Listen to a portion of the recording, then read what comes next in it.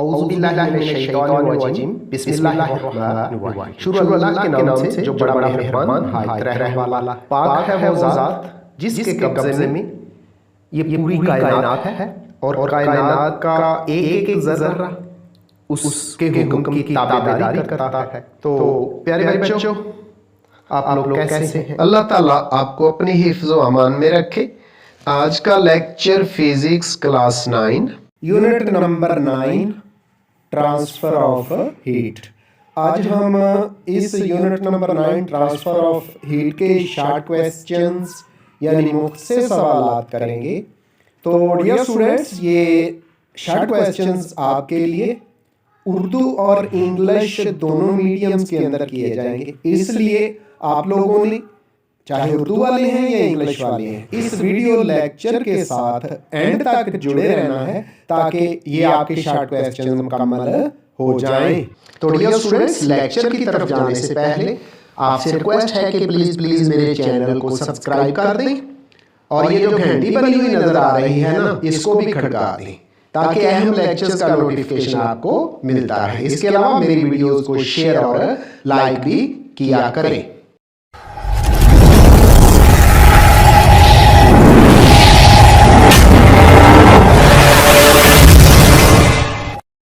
तो चलें जी, 9.2 मेटल्स अच्छी कंडक्टर क्यों होते हैं, इंग्लिश में भी सुन लें।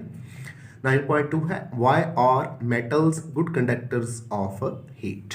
अब इसका जवाब सुन लें, तफसील से बता देते हैं। ये नोट्स मौजूद हैं, तो ये नोट्स आप मुझसे हासिल भी कर सकते हैं, व्हाट्सएप वाले मेरे नंबर पर रब्ता कर सकते हैं।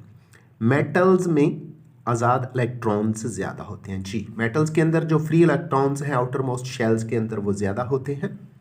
इलेक्ट्रॉन क्लाउड कहते हैं इनको, इलेक्ट्रॉन सी भी कहते हैं। ये आज़ाद इलेक्ट्रॉन्स इंतहाई स्पीड से मोशन में रहते हैं।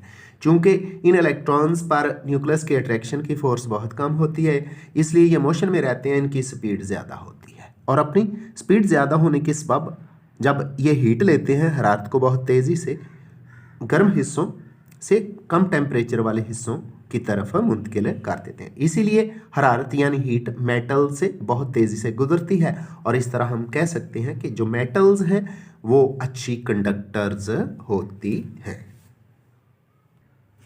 9.3 है एक्सप्लेन व्हाई।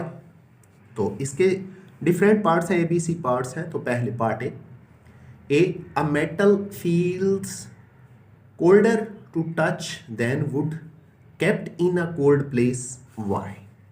उर्दू में वजाहत कीजिए क्यों छूने से ठंडी जगह पर पड़ी मेटल की शय बनिस्बत लकड़ी के ज़्यादा ठंडी महसूस होती है। तो डियर स्टूडेंट्स, नोट्स की सूरत में इसका आंसर आपके सामने है, डिटेल और तफसील सुन लें। छूने से ठंडी जगह पर पड़ी मेटल की शय बनिस्बत लकड़ी के ज़्यादा ठंडी महसूस होती है। वजह यह है कि मेटल एक अच्छा कंडक्टर है। जितनी तेज़ी से हीट यानी हरारत जज़ब करती हैं उतनी ही स्पीड से खारिज भी करती हैं और ठंडी जगह पर फ़ौरन ठंडी हो जाती हैं। जबकि सूरज में जब इनको रखा जाता है तो जल्दी हीट एब्जॉर्व करके ये हॉट भी यानी गर्म भी जल्दी हो जाती हैं। जबकि जो वुड है, लकड़ी है, वो पुअर कंडक्टर है, नाकस कंडक्टर है और ठंडा या गर्म होने के लिए उसको ज़्यादा वक्त चाहिए होता है, ज़्यादा टेम्परेचर चाहिए होता है। इसलिए हम कह सकते हैं कि एक ठंडी जगह पर रखी हुई मेटल तो जल्दी ठंडी हो जाती है और ठंडी महसूस भी होती है बनिस्बत उस लकड़ी के जो उसी ठंडी जगह पर रखी जाती है। 9.3 part B land breeze blows from land towards sea. नसीम बर्री यानी खुश्की वाली हवा, ज़मीन वाली हवा खुश्की से समंदर की जानब चलती है। क्यों चलती है, इसकी काज, इसकी वजह हमने एक्सप्लेन करनी है। नसीम बर्री रात के वक़्त यानी एट नाइट खुश्की से समंदर की तरफ चलती है। वजह सुन लें ऐसा क्यों होता है, क्योंकि रात के वक़्त ज़मीन का टेम्परेचर, रात के वक़्त ज़मीन का टेम्परेचर समंदरी पानी से कम होता है। समंदरी पानी से रात को ज़मीन का टेम्परेचर कम क्यों होता है, वजह यह है कि पानी की जो स्पेसिफिक हीट कैपेसिटी है वो मट्टी से ज़मीन से कहीं ज़्यादा है। दिन के वक्त जब सूरज की रोशनी पड़ती है तो पानी बहुत ज़्यादा हीट एब्जॉर्व कर लेता है, जज़्ब कर लेता है बनिस्बत मिट्टी के ज़मीन के। पानी की हरारत मखसूसा मिट्टी से कहीं ज़्यादा है। दिन के वक्त समंदरी पानी बहुत ज़्यादा हीट जज़ब करता है। रात को जब ये हीट खारिज होती है, क्यों खारिज होती है? क्योंकि फ़ज़ा का, समंदर के ऊपर फ़ज़ा का टेम्परेचर जो ही कम होने लगता है तो पानी की जो एब्जॉर्व करदा हीट थी, पानी ने जो डे टाइम हीट जज़ब कर रही थी वो खारिज होने लगती है। तो समंदर के ऊपर की हवा गर्म हो जाती है, उसकी डेंसिटी कम हो जाती है और वो ऊपर उठ जाती है। तो अब सतह समंदर के ऊपर स्पेस बन गई, खाली जगह हो गई, डेंसिटी कम होगी। तो फिर ज़मीन की हवा यानी नसीम बर्री ठंडा होने की वजह से, क्योंकि इसकी डेंसिटी ज़्यादा होती है, वजह से समंदर की जानब चलना शुरू कर देती है। तो फिर हम कह सकते हैं कि रात के वक्त नसीम बर्री खुश्की से समंदर की तरफ चलती है। Short question 9.3 C part, double walled glass vessels is used in thermos flask why. Glass की दोहरी दीवार वाली बोतल थर्मस फ्लास्क में इस्तेमाल होती है, क्यों? आंसर सुन लें स्टूडेंट्स। ग्लास की यानी शीशे की दोहरी दीवार वाली बोतल थर्मस फ्लास्क में इसलिए इस्तेमाल होती है क्योंकि दो दीवारों यानी ये जो शीशे की दो दीवारें होती हैं के दरमियान में हवा होती है, और हम जानते हैं कि जो एयर है, हवा है, वो पुअर कंडक्टर है, नाकस कंडक्टर है हीट का। तो दरमियान में दो दीवारों के दरमियान हवा होती है जो कि हीट यानी हरारत की नाकस कंडक्टर है, और थर्मस फ्लास्क यानी जो बोतल है में हरारत का बेशतर हिस्सा अंदर दाखिल होने या बाहर खारिज होने से रोक देती है, क्योंकि दोनों वाल्स के दरमियान हवा होती है और वो पुअर कंडक्टर है, नाकस कंडक्टर है। इसलिए थर्मस बोतल के अंदर वाली हीट ना बाहर आती है ना बाहर से अंदर जाती है, और जो अंदर रखी हुई चीज़ का टेम्परेचर होता है वो काफ़ी अरसे तक फिर वही रहता है। तो फिर हम कह सकते हैं, और थर्मस फ्लास्क में रखी जाने वाली कोई भी चीज़ लंबे अरसे तक अपना टेम्परेचर बरकरार रखती है, क्योंकि हीट का फ्लो किसी तरफ नहीं होता, ना बाहर से अंदर की तरफ ना अंदर से बाहर की तरफ। जी शॉर्ट क्वेश्चन 9.3 डी पार्ट है, deserts soon get hot during the day and soon get cold after sunset. In Urdu, सहरा दिन के दौरान जल्द गर्म हो जाते हैं और गुरूब आफ्ताब के बाद जल्द ठंडे हो जाते हैं, वजह बताएं। तो इस क्वेश्चन का आंसर सुन लें। सहरा दिन के दौरान जल्द गर्म हो जाते हैं और गुरूब आफ्ताब के बाद यानी सूरज गुरूब होने के बाद जल्द ठंडे हो जाते हैं। वजह यह है क्योंकि सहरा में रेत बहुत ज़्यादा होती है, और रेत एक तो वो उसकी अपनी हरारत मखसूसा यानी स्पेसिफिक हीट बहुत यही कम इसका होती है। करेक्ट आंसर है। दूसरा अब जो हम कि बढ़ते रेत के हैं अंदर बुक के इंग्लिश एल्युमिनियम मीडियम और एमसीक्यूज की तरफ और एल्युमिनियम अप टू मेटल डेट और के सिलिकॉन एमसीक्यूज सेमी की मेटल्स तरफ। भी होती हैं। तो फिर वो जल्दी जो हीट एब्जॉर्व की होती है जल्दी एब्जॉर्व करती है और जल्दी खारिज भी करती है। गुड कंडक्टर जो होती हैं, फिर एल्युमिनियम तो बहुत अच्छा कंडक्टर है। तो फिर हम कहेंगे सहरा में रेत बहुत ज़्यादा होती है जिसकी हरारत मखसूसा बहुत कम होती, और ये दिन के वक्त हरारत जज़ब करके बहुत जल्द गर्म हो जाती है। तो रेत के सैंड के बहुत जल्द गर्म होने की वजह हमने ये भी बताई है कि क्योंकि इसमें मेटल्स होती हैं, और गुरूब आफ्ताब के बाद उसी तेज़ी से यानी जितनी जल्दी ये टेम्परेचर इंक्रीज करती है उसी तेज़ी से हरारत को रिलीज़ भी करती है, सैंड खारिज करके जल्दी ठंडी भी हो जाती है। वजह यह है कि हम ये कह सकते हैं ये जितना अच्छा एब्जॉर्वर है उतना अच्छा रेडिएटर है, इसलिए डे टाइम में सूरज के वक्त जल्दी गर्म हो जाती है और सूरज छुपने के बाद जल्दी ठंडी भी हो जाती है। डियर स्टूडेंट्स, अगला शॉर्ट क्वेश्चन 9.4 इंग्लिश में सुन लें। Why conduction of heat does not take place in gases. Urdu में है गैसेस में कंडक्शन का अमल क्यों नहीं होता? तो इसका जवाब अच्छी तरह तफसील से सुन लें। कंडक्शन के लिए किसी मटेरियल का अच्छा कंडक्टर होना ज़रूरी है और फिर सॉलिड होना भी ज़रूरी है, ताकि हरारत मॉलिक्यूल्स और आज़ाद इलेक्ट्रॉन्स की तेज़ रफ्तारी से गर्म हिस्सों से ठंडे हिस्सों में मुंतकिल हो सके। क्या है? हीट जो है, जब मॉलिक्यूल्स और फ्री इलेक्ट्रॉन्स तेज़ी से मूव करें, अपनी जगह पे वाइब्रेट करें, तो ये हीट गर्म हिस्सों से ठंडे हिस्सों में ट्रांसफ़र हो सके। मगर गैसेस क्या होती हैं? हरारत की हीट की पुअर कंडक्टर्स होती हैं, नाकस कंडक्टर्स होती हैं। क्यों नाकस कंडक्टर्स होती हैं? इनमें मॉलिक्यूल्स और एटम्स दूर दूर होते हैं, इस तरह हीट नहीं ट्रांसफ़र हो पाती। दरमियान में स्पेस होती है, गैप होता है। इनमें मॉलिक्यूल्स की एक जगह से दूसरी जगह मुंतकिली की वजह से हीट मुंतकिल होती है। तो फिर ये तो एक और तरीका है ना हीट ट्रांसफ़र का। यानी कंडक्शन सॉलिड्स में होती है, सॉलिड्स के अंदर मॉलिक्यूल्स अपनी जगह पे रहते हुए तेज़ी से वाइब्रेट करते हैं। तो गैसों में तो मॉलिक्यूल्स अपनी जगह पे रहते ही नहीं। तो क्या है, जब उन मॉलिक्यूल्स को एनर्जी मिलती भी है तो वो अपनी जगह से मूव कर जाते हैं। और ये जो मॉलिक्यूल्स की एक जगह से दूसरी जगह मुंतकिल होती है हीट को लेते हुए, इसको हम क्या नाम देते हैं? कन्वेक्शन का।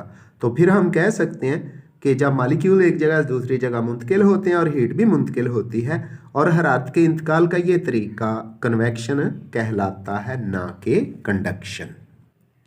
9.5 What measures do you suggest to conserve energy in houses? Urdu में सुन लें बच्चों, आप घरों में एनर्जी के तहफ़्फ़ुज़ के लिए कौन से इक़दाम तजवीज़ करेंगे? तो आंसर जो है तफसील से सुन लें, ये लॉन्ग भी है और शॉर्ट भी। घरों में एनर्जी की बचत के लिए, यानी कंजर्व करने के लिए, एनर्जी को महफूज करने के लिए मंदरजा झैल इक़दामात किए जा सकते हैं। तो नंबर 1, गर्म पानी की टैंकियों को प्लास्टिक या फोम से इंसुलेट कर दिया जाए, क्योंकि जो अंदर पानी होगा, जो उसका टेम्परेचर है वही रहेगा, बाहर से ना हीट अंदर दाखिल होगी और ना अंदर की हीट बाहर जाएगी। तो जिस टेम्परेचर पे वो पानी मौजूद होगा उसी पे ही रहेगा। इसलिए प्लास्टिक या फोम इस्तेमाल करते हुए पानी के टैंकों और टैंकियों को इंसुलेट कर देने का मतलब ना हीट बाहर को ट्रांसफ़र हो, ना बाहर से अंदर को ट्रांसफ़र हो। नंबर 2, वॉल कैविटीज़, दीवारों के दरमियान जो सुराख वगैरह होती हैं, वॉल कैविटीज़ को प्लास्टिक, फोम या मादनी ऊन, वही कपास वाली जो ज़मीन से में कपास पैदा होती है और उससे ऊन बनाई जाती है, से भर दिया जाए, क्योंकि कैविटीज़ और सुराख भी बहुत सारी हीट को ज़ाया करते हैं। अगर इनको इंसुलेटर्स यानी प्लास्टिक, फोम या ऊन वगैरह से भर दिया जाएगा तो फिर भी हीट की बहुत ज़्यादा बचत हो सकेगी। नंबर 3, इंसुलेटर्स की मदद से कमरों की अंदरूनी छतें बनाई जाएं। जी, जो हम सीलिंग करते हैं तो कहता है ये सीलिंग भी की जाए या छतों के ऊपर ऐसा मटेरियल इस्तेमाल किया जाए जो इंसुलेटर हो, ताकि अंदर वाली हीट बाहर ना जा सके और बाहर वाली हीट अंदर ना आ सके, गर्मी और सर्दी दोनों से बचा जा सके। नंबर 4, खिड़कियों में यानी विंडोज़ में दोहरी शीट वाले शीशे, डबल ग्लेज्ड विंडोज़ बोलते हैं इनको, डबल ग्लेज्ड दोहरे शीशे होते हैं और दो शीशों के दरमियान हवा आ जाती है, इस्तेमाल किए जाएं। ऐसे शीशों की शीट्स के दरमियान हवा होती है, हवा भर जाती है, जिसकी वजह से वो इंसुलेटर हो जाते हैं और फिर हीट का ज़िया यानी हीट का लॉस नहीं होता। Next short question is 9.6 in English. Why does transfer of heat in fluids take place by convection? सयाल इशिया यानी फ्लूइड्स में इंतकाल हरारत कन्वेक्शन से क्यों अमल में आती है? पहले तो फ्लूइड चीज़ क्या होती है? ये ऐसा गाढ़ा, ठोस और लिक्विड का मिक्सचर होता है जो आसानी के साथ एक जगह से दूसरी जगह बह कर नहीं जाता। तो स्टूडेंट्स, जो आप सुन लें, सयाल मादे यानी फ्लूइड्स हीट के नाकस कंडक्टर्स होते हैं, जिसके बायस इनमें इंतकाले हरारत कंडक्शन की वजह से नहीं होती बल्कि बजरिया कन्वेक्शन होती है, क्योंकि इनमें एक जगह से दूसरी जगह बहने की सलाहियत होती है। लेकिन जब इनका टेम्परेचर कम होता है तो ये अपनी जगह पे कुछ स्टेबल रहते हैं, लेकिन जो ही टेम्परेचर में चेंज आ जाती है तो फिर बहना शुरू कर देते हैं। नहीं होती बल्कि बजरिया कन्वेक्शन होती है और सयाल मादे गर्म होकर हल्के हो जाते हैं, यानी इनकी डेंसिटी कम हो जाती है और वो अपनी जगह छोड़कर ऊपर उठते हैं, यानी आगे ऊपर उठते हैं या बह जाते हैं। सयाल मादों में इंतकाल हरारत मालिक्यूल्स के गर्म हिस्सों से सर्द हिस्सों की जानब हकीकी मूवमेंट, यानी मालिक्यूल्स रियली हकीकत में एक जगह से दूसरी जगह हीट को हरारत को लेके चले जाते हैं और इस अमल को तो फिर कन्वेक्शन कहते हैं। तो फिर हम कहेंगे कि सयाल इशिया के अंदर इंतकाल हरारत बाजरिया कन्वेक्शन वकू पजीर होती है। 9.7 what is meant by convection currents. Urdu में कन्वेक्शन करंट्स का क्या मतलब है और ये कैसे पैदा होते हैं, तो सुन लें। सयाल मादे यानी फ्लूइड्स गर्म होकर हल्के हो जाते हैं, मीन इनकी डेंसिटी कम हो जाती है और ये गर्म किए गए एरिया से, यानी जहाँ इनको हीट दी जाती है, जहाँ ये हीट एब्जॉर्व करते हैं, से ऊपर उठते हैं। मीन इनकी मूवमेंट ऊपर को शुरू हो जाती है इर्द गिर्द के ठंडे सयाल मादे जिनका टेम्परेचर कम होता है और डेंसिटी भी ज़्यादा होती है, इस खाली की गई जगह को पूरा करने के लिए आते हैं, क्योंकि पता है कि मटेरियल्स ज़्यादा डेंसिटी से कम की तरफ, ज़्यादा कंसंट्रेशन से कम की तरफ मूव करते हैं और फिर ये भी गर्म होकर ऊपर उठते हैं। जो भी मटेरियल्स आता है, फ्लूइड आता है, उसका जो ही टेम्परेचर बढ़ता है वो ऊपर उठ जाता है। इस तरह कन्वेक्शन करंट्स बनते हैं, यानी किसी फ्लूइड का आना, मटेरियल का आना, हीट अप होकर ऊपर उठ जाना करंट्स कहलाता है। फितरत में यानी नेचर में कुदरती तौर पर बड़े पैमाने पर नसीमें बर्री, खुश्की से समंदर की तरफ चलने वाली हवाएं जो कि रात को चलती हैं, और नसीमें बहरी यानी समंदर से खुश्की की तरफ चलने वाली हवाएं भी कन्वेक्शन करंट्स की मिसालें हैं। 9.9 9.8 जो है वो लॉन्ग क्वेश्चन है, तो हम शॉर्ट क्वेश्चंस कर रहे हैं। तो 9.9 है how does heat reach us from the sun.